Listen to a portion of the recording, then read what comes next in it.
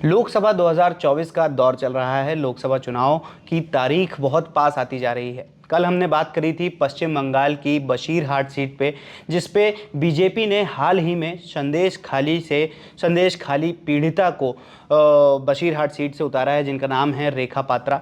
आज हम बात करेंगे पश्चिम बंगाल की दूसरी सबसे ज़्यादा चर्चित और महिला प्रतिनिधित्व वाली सीट कृष्णा नगर सीट से, जिस पर महुआ मोइत्रा और अमृता राव को उतारा गया है। तो इस सीट पर एनालिसिस करने के लिए हमारे साथ मौजूद हैं पूजा मल्होत्रा जी। तो मैम, आज हम अपने व्यूअर्स को बताना चाहते हैं कि इस सीट की क्या खासियत है और जो महिला प्रतिनिधित्व है पश्चिम बंगाल में वो इतना ज़्यादा कैसे है और क्या उसकी खासियत क्या है। तो आज इस पर चर्चा करते हैं। धन्यवाद पुष्कर। कृष्णा नगर सीट इस बार भी इंटरेस्टिंग होने जा रही है। मैंने कल भी बोला था आपसे कि पश्चिम बंगाल अपने आप में बहुत ज़्यादा इंटरेस्टिंग होने जा रहा है, क्योंकि वो मोदी और ममता वर्सेस बनाम चल रहा है। और कृष्णा नगर सीट के लिए अगर बात करें ना, तो करीब करीब 67 से 2009 तक ये पूरी की पूरी जो सीट थी वो मार्क्सवादी कम्युनिस्ट पार्टी के नाम थी, है ना। ये मतलब अगर आप इतिहास की बात करें तो उसके बाद ये सीट टीएमसी के पास आई। पहले टीएमसी के पास रहते हुए ये 2009 के बाद 2014 का चुनाव और फिर 2019 का चुनाव, ये सभी सीटें सभी बार ये टीएमसी के पास रहा। बिल्कुल। तो ये इस तरह का ये कृष्णा नगर सीट है।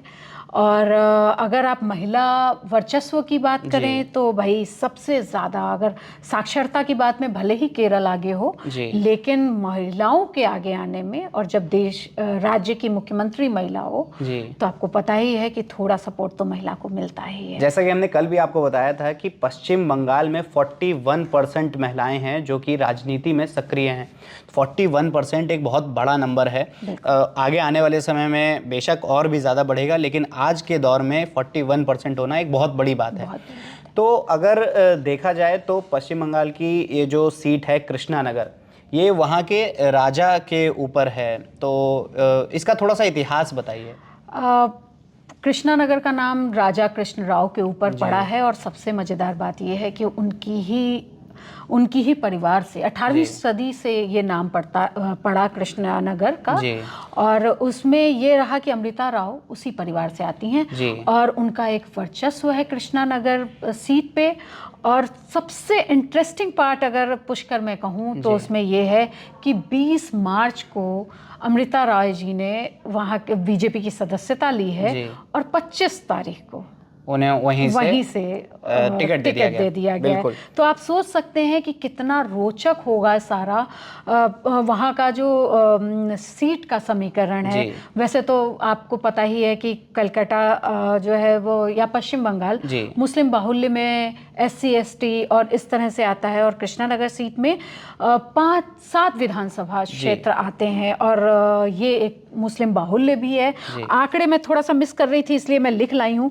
मुस्लिम मतदाता 36% हैं। 36% है ना। और SC 22.7%, और 15 लाख लोगों की ये कॉन्स्टिट्यूएंसी पे वोटिंग करते हैं वो लोग।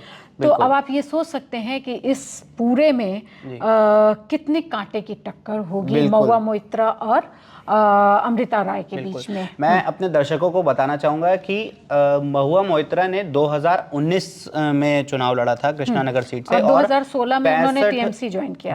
2016 में टीएमसी ज्वाइन किया, 2019 में चुनाव लड़ा और 65,000 वोटों से वो जीत हासिल करी थी उन्होंने।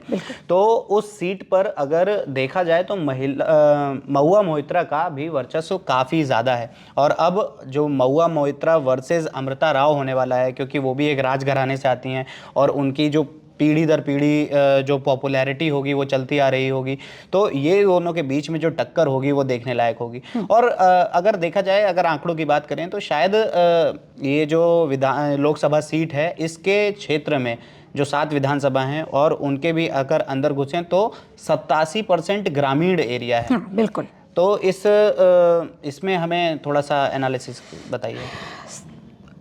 87.3% जो आपने बताया कि वो ग्रामीण इलाके ही हैं, और जिस तरह से मैंने आपको बताया कि मुस्लिम बाहुल्य क्षेत्र है और महिलाएं वहाँ की साक्षर बहुत हैं, तो और जिस तरह से महिलाओं को आगे पीएम मोदी लाने की बात कर रहे हैं, उन्होंने 4 जातियां बताई। 4 जातियों में उन्होंने एक जाति महिला, एक जाति गरीब, इस तरह से जब डिफाइन किया और उसको वो आगे लेके बढ़ रहे हैं। मतलब 4 जातियां उन्होंने बताई, महिला, युवा, किसान और किसान और गरीब। जी, गरीब। और आप देख रहे हैं कि बंगाल भी एक पिछड़ा, मतलब ठीक है, राज्य बहुत बड़ा है, पॉपुलेशन बहुत ज़्यादा है, लेकिन बेरोजगारी भी बहुत ज़्यादा है। और ग्रामीण इलाकों का तो अपने पूरे देश में ही हाल थोड़ा बेरोजगारी और बेरोजगार बहुत ज़्यादा हैं, सभी पलायन करते हैं। तो इस तरह की चीज़ों के बीच में जब महुआ मोइत्रा जैसी हाई प्रोफाइल और अमृता राय जैसी हाई प्रोफाइल कंटेस्टेंट होंगी, तो वो देखने वाला होगा माहौल की किस तरफ जाएंगे हमारे वोटर्स, ग्रामीण वोटर्स किस तरफ बैठते हैं, है ना। और जैसा कि अभी हाल ही में देखा जाए तो बीजेपी जो है वो पश्चिम बंगाल में अपनी पैठ जमाने की पूरी कोशिश में है, इसीलिए वो अपने जितने भी कैंडिडेट्स उतार रहे हैं उनसे डायरेक्टली पीएम मोदी बातचीत कर रहे हैं। जैसे कि अभी कल ही हमने देखा कि उनकी अमृता राव जी से बात हुई, उससे पहले संदेश खाली से जो उनको उतारा उनसे भी उनकी बात हुई, रेखा पात्रा जी से भी बात हुई। तो वो कंटिन्यूसली पश्चिम बंगाल पर नज़र बनाए हुए हैं कि इस जगह पर भी अब एक नाक से नाक की टक्कर है कि अब तो जीतना ही है। मैंने ये पहले भी बताया, कल भी हम लोगों की बातचीत में मैंने पुष्कर आपको बताया कि ये चुनाव जो है वो किसी उम्मीदवार के बीच में नहीं है, ये चुनाव सीधा सीधा विधानसभा की बात की जाए या फिर लोकसभा की बात की जाए, और इस कॉन्स्टिट्यूंसी में भी सिर्फ 1 सीट भाजपा के पास है, बाकी 6 सीटें टीएमसी के पास हैं। लेकिन जिस तरह से वोटर्स बढ़ रहे हैं, जिस तरह की बयान आ रहे हैं, उसमें महिलाओं को आगे लाके और महिला के आगे महिला को खड़ा करके पीएम मोदी एक संदेश भी दे रहे हैं। और सबसे बड़ी बात यह है कि जिस तरह पीएम अपने उम्मीदवारों से बात कर रहे हैं और उनके थ्रू लोगों को, उस कॉन्स्टिट्यूएंसी के लोगों को संदेश दे रहे हैं, तो जब एक बड़ा मुखिया खुद आपसे बात कर रहा हो तो उस कॉन्स्टिट्यूएंसी के लोग भी सोचते हैं कि ये हमसे जुड़ रहे हैं, हमारी बातों को एड्रेस कर रहे हैं।